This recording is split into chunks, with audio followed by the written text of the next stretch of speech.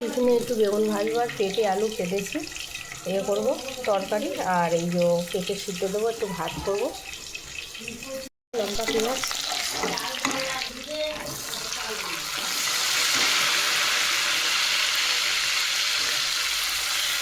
দিয়ে দিলাম, একটু হলুদ। সকালের তরকারি তো বেশি মশলা না, সাধারণ অল্প একটু মশলা দিয়ে। এটা হচ্ছে পেঁপে আলু, কালো জিরে দিয়ে একটু তরকারি করছি, একটু জিরে গুঁড়ো দিয়ে দিলাম। আর একটু পরোটা বানাবো, একটু ফ্যান ভাতও বানাবো সকালে টিফিনের জন্য। একটু লঙ্কাগুলো কালারের জন্য দিয়ে দিলাম,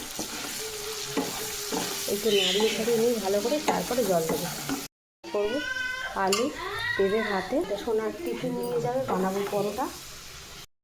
এটাকে ভালো করে ভেজে জল দিই, তারপরে আটাটাকে মাখাবো। এবার জল দিয়ে দিই, এবার এটা হতে থাক। ভাজা বেগুন ভাজা করে নিয়েছি, একটু নুন দিয়ে এবার আটাটাকে আমি মাখাই আগে। হয়ে এসেছে, একটু শুকনো শুকনো করবো।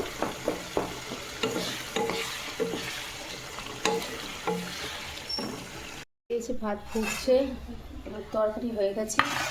আর এই সোনাকে কেটে দিয়ে দিই মাংস আর তরকারি, একটু বেশি করে দিয়ে দিই, টিফিন নিয়ে বাড়ি